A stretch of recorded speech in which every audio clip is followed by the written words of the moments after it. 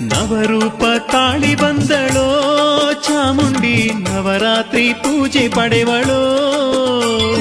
ನವರೂಪ ತಾಳಿ ಬಂದಳೋ ಚಾಮುಂಡಿ ನವರಾತ್ರಿ ಪೂಜೆ ಪಡೆವಳೋ.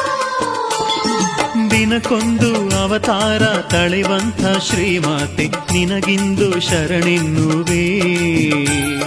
ದಿನಕ್ಕೊಂದು ಅವತಾರ ತಳೆವಂಥ ಶ್ರೀಮಾತೆ ನಿನಗಿಂದು ಶರಣೆನ್ನುವೆವು.